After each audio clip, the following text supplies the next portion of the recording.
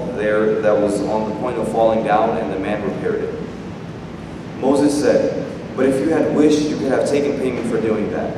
He said, This is where you and I part company." Okay, so Musa alayhi salatu wasalam, he was asked by his people, "Are you the most knowledgeable person on the earth?" And thinking that he was a prophet of Allah subhanahu wa ta'ala, not only was he a prophet of Allah, he was one of the greatest prophets of Allah subhanahu wa ta'ala. We know he's from al-Azmi min al-Rusul, right? From the strongest or highest level of prophets and messengers, alayhi salatu wasalam. So he said yes. Allah subhanahu wa ta'ala wanted him to refer all knowledge back to Allah subhanahu wa ta'ala. So he said, okay, go and meet this slave of mine, this servant of mine. And this was Khidr alayhi salatu wasalam. And why was his name Khidr? Is because in the books of hadith you see that if he sat at a place, right, wherever he sat it would turn green, it would turn into vegetation. So one of the things that we also learn is the importance of seeking knowledge and referring all knowledge back to Allah subhanahu wa ta'ala. Even though Musa alayhi salatu wasalam was a prophet, Allah subhanahu wa ta'ala told him to go on this journey to increase his knowledge and to understand the greatness of Allah subhanahu wa ta'ala. So he went with his servants, and most scholars say that this is Yusha bin Nun, who led the Bani Israel into Palestine after Musa alayhi salam passed away. And Allah subhanahu wa ta'ala, He caused the sun to delay being set until the Muslims entered Palestine. And this is Yusha bin Nun. So what happened is that they went and they found Khidr, and Musa alayhi salam, what did he do? He asked permission to follow him, to learn from him. And Khidr alayhi salam said, you won't be able to, because Allah hasn't given you the patience necessary to be able to learn and understand what's going on here. So another point that we can derive from that is knowledge takes patience. You know, subhanAllah, I'll be very, very honest. There are many, many days these mornings that you don't want to come. You don't want to wake up. Even if it's like getting out of bed is the hardest part. But to give knowledge, to seek knowledge, it takes a commitment, it takes effort. Right? Inshallah ta'ala, hopefully, I pray to Allah subhanahu wa ta'ala that whatever sacrifices that you've made, Allah subhanahu wa ta'ala makes it beneficial for you and allows you to be a means to coming closer to Him. So, what happened? They went and they found wherever they found the fish, right? Wherever they found the parts of the two seas were meeting, that's where they're supposed to meet. But then Shaitan caused Yusha to forget. And then they went back, retraced their steps, and they found Khidr alayhi salatu wasalam. So Musa alayhi salam asked him, can we follow you? So he said, you won't be able to. So Musa alayhi salatu wasalam, inshallah you'll find me, I'm with the patient. Then Khidr alayhi salatu wasalam said, okay, let's go. So what was the first thing that he did? What was it? He put a hole in the boat, okay? He put a hole in the boat, and what happens if there's a hole in the boat? Right, it's going to sink. So Musa alayhi salam is saying, okay, why are you trying to drown these people? So he said, didn't I tell you that you won't be able to understand why I'm doing what I'm doing? Right? It's beyond your comprehension. So he said, okay, forgive me. I forgot, and let's go and give me another chance. So it's the next thing that he did. He killed a boy. So Musa alayhi salam, seeing a boy being killed, he said that how could you kill an innocent boy who has no crime on him? So Musa alayhi salam was told that, didn't I tell you, you don't have this patience to understand this, to be able to deal with this. So Musa alayhi salam remembered and he said, okay, look, if I ask you one more time, then that's it. Give me another chance. So what was the third thing that he did? Why did he repair the wall? He repaired the wall? But the question there is, why did Musa alayhi salam ask him? Why did Musa alayhi salam ask him about repairing the wall? Hassan.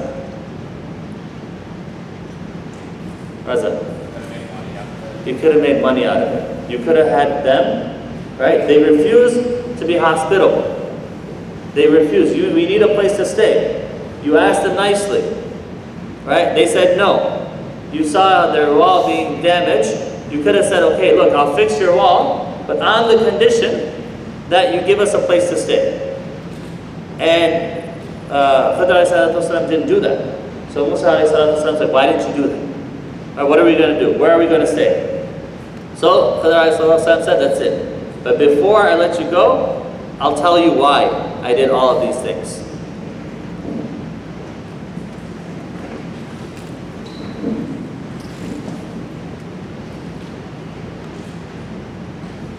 He said, this is where you and I part company. I will tell you the meaning of the things you could not bear with patiently. The boat belonged to some needy people who made their living from the sea, and I damaged it because I knew that coming after them was a king who was seizing every serviceable boat by force. The young boy had parents who were people of faith, and so fearing he would trouble them through wickedness and disbelief, we wished the Lord should give them another child, purer and more compassionate in his place. The wall belonged to two young orphans in the town, and there was buried treasure beneath it belonging to them. Their father had been a righteous man, so your Lord intended them to reach maturity and then dig up the treasure as a mercy from your Lord. I did not do these things of my own accord. These are the explanations for those things you could not bear with patience. Why did he destroy the boat? Right? Why did he put a hole in the boat? He didn't necessarily destroy the boat. Right? He just damaged the boat. Why did he do that?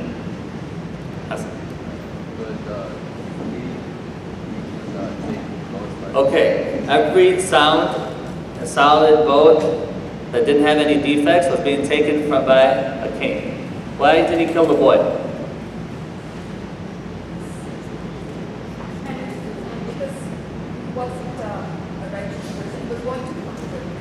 He was going to, not only was he going to become a wicked person, he was going to be a source of kufr for his parents.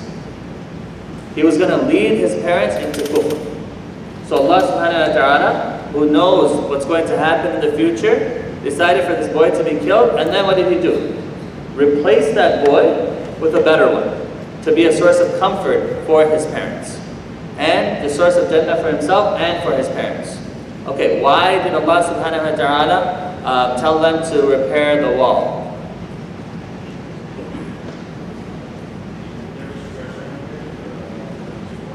Okay, there's a treasure of two orphans, and why did Allah subhanahu wa ta'ala protect that treasure of the orphans?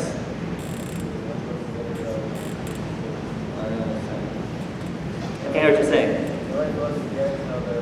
Okay, they weren't supposed to get it till they were older, but why did he protect it? It's a very important point we have to understand. Good.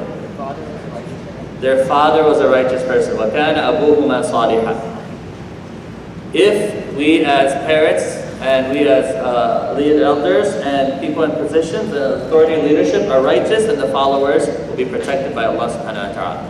If you want your children to be protected, then you have to connect to Allah subhanahu wa ta'ala. Ibn Mas'ud radiallahu anhu, there were times where he said that he was tired and he was praying tahajjud, and sometimes he would look at his children. And he said that he knows that if he continues and he prays to Allah subhanahu wa ta'ala, he's not praying to his children, okay? He's praying to Allah subhanahu wa ta'ala because he knows the thamara, the benefits of that are going to be not only for Ibn Mas'ud but for his children as well. So anything good that we do, right? Sometimes you have to look forward and you have to persist, and you have to understand that this is not only going to affect me, but it's going to affect my children and my progeny as well. Some people say, some mufassirin say, it wasn't necessarily their immediate father, but it was an ancestor of theirs, and that benefit passed down through generations. Right? SubhanAllah. Think about our parents sometimes, right? They've been working for many, many years. Why do they get up in the morning? Why do they go to work? Why do they make all those sacrifices? To support their children in terms of the world, right? Making sure that, their bills are paid, they have food on the table, clothes on their back, everything that they themselves put themselves in so much discomfort, hardship, so that we can be comfortable, right? And even in terms of the in terms of the spiritual essence, if we connect to Allah subhanahu wa ta'ala, that benefit is not only going to be for the individual, but it will pass down. Not always though. Not always. There are exceptions to the rule. right? Such as Nuh alayhi salam, things like that. But the majority of the time, what happens is that when parents are righteous, and when parents are fearing Allah subhanahu wa ta'ala takes care of them and their children because of this as well. Now inshallah we're going to be talking about the story of Dhul-Qarnayn. Before I go on, Khidr alayhi salam, he did not do any of this without the permission of Allah subhanahu wa ta'ala and the knowledge of Allah subhanahu wa ta'ala, and there's no authentic evidence or proof that Khidr is still here today. Like someone was telling me the other day that recently somebody told me that he met Khidr students in Turkey. I was like, oh really? Another one said that he saw him on divan. Right? So these type of things, these are khurafat and muzabalat, right? These are khurafat, right? These people who do these are basically, I don't have a better word to describe them than con artists. Why? Because they'll go do things like these things. If Khidr ﷺ did not have knowledge from Allah subhanahu wa ta'ala, doing these things are haram. Killing a boy, innocent boy, haram. Damaging a ship, haram. Right? Repairing the things are haram, but these things are haram. So people will say that, oh no, you don't know why I'm doing this, I have knowledge from the unseen. Look, nobody has knowledge from the unseen except for Allah subhanahu wa ta'ala, and who Allah subhanahu wa ta'ala chose to give revelation to, and those are the Prophets alayhi salatu wasalam, and that door closed when the Prophet sallallahu alayhi wasallam left this world. Right, that's why the Sahaba radiallahu anhum, why were they so upset when the Prophet sallallahu alayhi wasallam passed away? Yes, they were upset because of his loss of his companionship. This is true. But some of them, you have explicit statements saying that what makes us even sadder is inqitar al-wahy, that revelation has stopped them. And there's going to be no more revelation. So any person who goes around the Sharia and says that, no, I can do this, right? If they say like, they can do something which is haram, or they don't have to pray, or they don't have to fast, right? For a not illegitimate reason. And you say, okay, why aren't you fasting? You're healthy, you're sound, everything's good. And they say, no, I saw in my dream that I don't have to fast. Right? Dreams are not a source of Sharia. Dreams are not a source of legislation. Okay? Anything that conflicts with what is taught in the Quran and Sunnah cannot be taken as a source of, as a practice or as a source of law. Okay, so we have to be very, very careful. No matter what somebody tells us. Right? If somebody says that, look, if you want to be forgiven, go to such and such place, make dua there, and then you will be forgiven. And the Prophet ﷺ has not mentioned this place. And we say, look, we don't need to go anywhere except for where the Prophet ﷺ told us to go, and he encourages us to go to 3 places for a religious purpose, which is, what are 3 places? Mecca, Medina, and Masjid al-Aqsa. Right? So some people, they go to every different place, and they say, no, it's more barakah in going there and things like that. No, if there was any barakah in going to these different places for a religious reason, the Prophet ﷺ would have told us. Now we'll talk about the story of Dhul-Qarnayn. Another thing, Dhul-Qarnayn was not Alexander the Great. Okay, this is a misconception that people say, because yes, he did go to different parts of the world, and at that time, the only one that they thought that has gone and traveled so extensively was Alexander the Great. So some people try to put 2 and 2 together and say Dhul-Qarnayn is Alexander the Great, and we have no evidence of that. He was not on divan. He didn't come on divan either. Yes, he's not a divan either. Prophet, they ask you about Dhul-Qarnayn. Say, I will tell you something about him. We established his power in the land and gave him the means to achieve everything. He traveled on a certain road. Then, when he came to a setting of the sun, he found it seemed to be setting into a muddy spring. Nearby, he found some people, and we said, Dhul-Qarnayn, you may choose which of them to punish or show kindness to. He answered, we shall punish those who have done evil, and then they are returned. And when they are returned to their Lord, he will punish them even more severely. While those who believed and did good deeds will have the best of rewards. We shall command them to do what is easy for them. He traveled on. Then, when he came to the rising of the sun, he found a rising on the people for whom we had provided no shelter from it. And so it was. We knew all about him. He traveled on. Then, when he reached a place between 2 mountain barriers, he found beside them a people who could barely understand him. They said, Dhul-Qarnayn, Gog and Magog, Yajuj and Majuj, are ruining this land. Will you build a barrier between them and us if we pay you a tribute? He answered, The power my Lord has given me is better than any tribute. But if you lend me your strength, I will put up a fortification between you and them. Bring me great lumps of iron." And then, when he had filled the gap between the two mountainsides, he said, "Work your bellows." And then, when he had made it glow like fire, he said, "Bring me molten metal to pour over it." Their enemies could not scale the barrier, nor could they pierce it. And he said, "This is a mercy from my Lord. But when my Lord's promise is fulfilled, he will raise this barrier to the ground. My Lord's promise always comes true. On that day we shall let them surge against each other like waves, and the trumpet will be blown, and we shall gather them all together. We shall show hell to the disbelievers, those whose eyes were blind to my signs, those who were unable to hear. Did they think they could take my servants as masters instead of me? We have prepared hell as a disbeliever's resting place."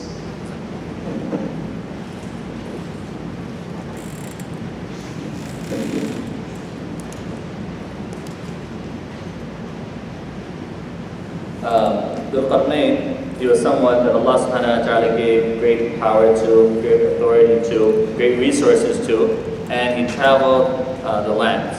I wrote west and east. How do I get west and east? If you even from the translation, is the west and east mentioned there? In the Arabic language it is, Maghrib al-Shams. But here you can derive west, east, and west from what words? The setting of the sun. Where does the sun set? West. Where does the sun rise? East, right? So he went to the east of the land and he went to the west of the land. And between the two places, he found this group that they could barely understand what he was saying. So they came to him and they said that Ya'juj and Ma'juj are two tribes, right? They're not jinn, they're not shayateen, but they're human. Okay? They're human. And they're causing fitna and fasad on earth. So can you help us against them? So what did he do? What did he do? He put a barrier, right? He enclosed them in between two sides of the mountain and put the mountain together. By Allah subhanahu wa ta'ala's permission, put molten copper and all these things, and he trapped them there. In the ayah, it says 97. When he 96, it says, "Bring me," in the end of 96, "Bring me molten metal to pour over it." Then 97, "Their enemies could not scale the barrier, nor could they pierce it." Who are their enemies you're referring to? Ya'juj and Ma'juj. But there will come a time where that barrier will be gone.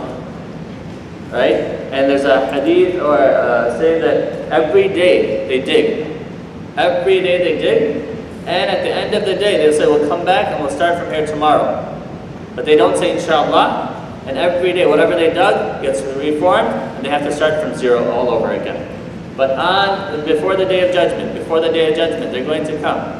And they're going to cause so much fitna and fasad, there are going to be so many of them, that there's going to be huge bodies of water, like oceans. And they're going to be like when the first of them crosses it, he'll take a sip, and by the time the last of them comes, there's no more water in the ocean. That's how many they are. And they're going to cause so much fitna and fasad that Isa alayhi salam and his followers are going to go up on mountaintop just to protect themselves from Ya'juj and Ma'juj. But then Allah subhanahu wa ta'ala is going to take care of them. Then after they die, their bodies are going to be all over the earth that people won't have a place to walk. Then Allah subhanahu wa ta'ala is going to give a command for birds to come and take their bodies away as well. And how they're going to be killed is they're like maggots that will go inside their noses. Because there's no human force that can compete with them. So you see the fitna and fasad that they're going to cause, and they're causing at that time.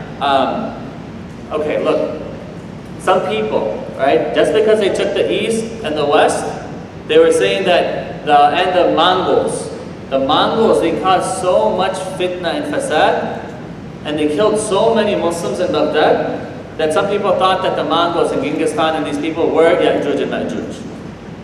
Because it is said that the library of Baghdad, right, they took the books from the library of Baghdad and they threw it into the sea, and then it is said, I don't know if it happened or not, but it is said that the sea turned black because of the ink. And they said other times what they would do is that they would take the books, and there were so many books that were there that they would use the books as bridges to cross over bodies of water. And they killed so many people. men, women, children, indiscriminately, that people thought that they were Ya'juj and Ma'juj. But eventually Allah subhanahu wa ta'ala guides whomever He wants. And we know that their ancestors, their descendants became the Mughals, and they came into India and things like that, right? So then, anybody who says that, and I've seen this with my own eyes, Jahil people, that when they see, even till today, people with Asian features, they say, these are the people of Ya'juj and Ma'juj, and Ya'juj and Ma'juj are going to come from them. The Prophet ﷺ has described some of their physical characteristics, right? But that doesn't mean that it's a specific race of people is going to do this, right? We have to be a little bit careful, and we have to think past this. So we pray to Allah subhanahu wa ta'ala to protect us all, and we pray to Allah subhanahu wa ta'ala to make our firm faith. So you see that Dhul-Qarnayn was allowed by Allah subhanahu wa ta'ala to trap Ya'juj and Ma'juj between the mountains, but that trap is only temporary. It's going to be opened up by the permission of Allah subhanahu wa ta'ala during the end of times, and then on that day we shall let them surge against each other like waves, and then the trumpet will be blown, right? So Allah subhanahu wa ta'ala compares them in the way that they're going to move, not to even animals, not to even herd, not to cattle, but as waves of the water, right? Because they're going to move like that, and they're going to be so plentiful. May Allah subhanahu wa ta'ala protect us all.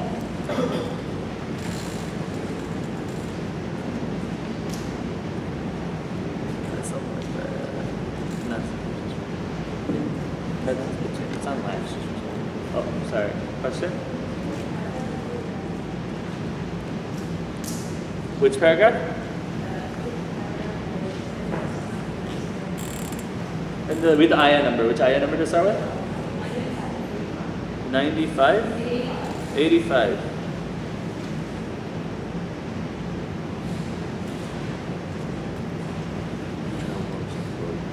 We established the power in the land and gave him the means such a he traveled on a certain road, then he came to the setting of the sun. He found it seen to be setting into muddy spring nearby himself. Yeah, this is when he went to the west of the land, he found people being oppressive.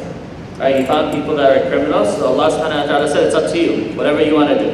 If you want to punish them, you have that right. If you want to let them go, you have that right. So, Dhul-Qarnayn said, we shall punish those who have done evil, and when they return to their Lord, He will punish them even more severely. While those who believed and did good deeds will have the best rewards,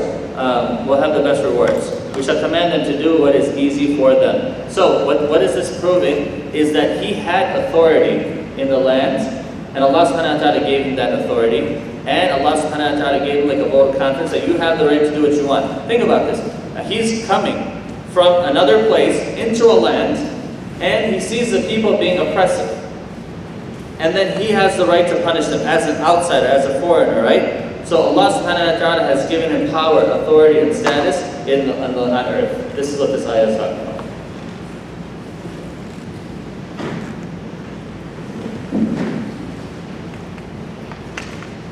Say, Prophet, shall we tell you who has the most to lose by their actions, whose effort in this world are misguided even when they think they're doing good work?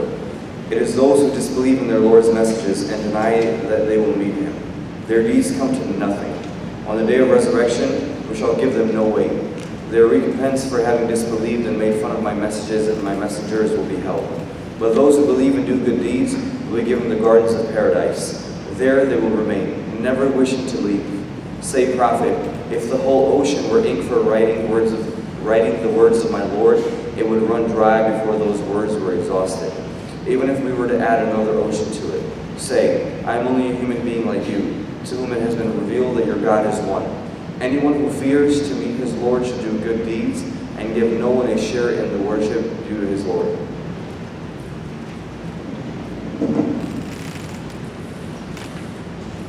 Allah subhanahu wa ta'ala in verse 103 says, قُلْ هَلْ نُنَبِّئُكُمْ بِالْأَخْسَرِينَ أَعْمَالًا الَّذِينَ ضَلَّ سَعْيُهُمْ فِي الْحَيَاةِ الدُّنْيَا وَهُمْ يَحْسَبُونَ أَنَّهُمْ يُحْسِنُونَ صُنْعًا.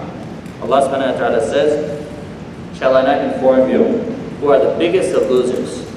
They are the ones who they do things and they think that those deeds are going to benefit them, but there's no benefit to those actions. Right? So many of the commentators have said this is the result of kufr and bid'ah. When someone thinks through their belief or through their actions that they're coming closer to Allah subhanahu wa ta'ala, but those actions are going to be rejected by Allah subhanahu wa ta'ala. So in order for any of our actions, in terms of the hereafter, in terms of reward from Allah subhanahu wa ta'ala, we have to make sure, number one, that it's for Allah subhanahu wa ta'ala. We're sincere. Right? We want the reward from Allah subhanahu wa ta'ala. Number two, we have to make sure that it's in accordance with the sunnah of the Prophet sallallahu alaihi wasallam. If it doesn't fulfill these two criteria, both of these two criteria, meaning a person can be very, very sincere, but if their action is not in accordance with the sunnah of the Prophet sallallahu alaihi wasallam, that action will be rejected. A person, they can be doing everything in accordance with the sunnah of the Prophet ﷺ, but they're not doing it for the pleasure of Allah subhanahu wa ta'ala. They want their pleasure from the people. They want the praise of the people. They want their reward from the people. So that action will also be rejected by Allah subhanahu wa ta'ala, and an order will be given, go to the people that you are seeking your reward from, or it will be said that you already got your reward. You wanted the praise of the people, and the people praise you. That's it. What do you want with Allah subhanahu wa ta'ala now? So we have to be very, very careful of that, because Allah subhanahu wa ta'ala describes these people as the biggest of losers, because they expect to cash in when they get to the day of judgment, but they have nothing there waiting for them. Then Allah subhanahu wa ta'ala talks about the people of paradise, and He mentions that they will remain therein forever, never wishing to leave. They'll be completely satisfied. Then Allah subhanahu wa ta'ala talks about the vastness of His words, and He said, the whole ocean were ink for writing the words of my Lord, it would run out dry before the words would be exhausted. Even if we were to add another ocean to it, in Surah Luqman, it said even if we were to add 7 oceans to it. The words of Allah subhanahu wa ta'ala are so vast and so comprehensive that nothing can compete with the words of Allah subhanahu wa ta'ala. Then Allah subhanahu wa ta'ala told the Prophet said to say, قُلْ إِنَّمَا أَنَا بَشَرٌ مِثْلُكُمْ, right? That I am a person like you. Right? That has been inspired that Allah subhanahu wa ta'ala is one. فَمَنْ كَانَ يَرْجُو لِقَاءَ رَبِّهِ فَلْيَعْمَلْ عَمَلًا صَالِحًا وَلَا يُشْرِكْ بِعِبَادَةِ رَبِّهِ أَحَدًا. That do good deeds and do not commit shirk with Allah subhanahu wa ta'ala. So there's 2 conditions that I'm telling you. In order for our actions to be accepted, it's mentioned in the last ayah here. Right? That whoever fears or hopes to meet Allah subhanahu wa ta'ala should do good deeds. What are good deeds? Those in accordance with the sunnah of the Prophet ﷺ. And give no one a share in the worship due to his Lord. And be sincere to Allah subhanahu wa ta'ala. Alhamdulillah, we finished with the Kahf.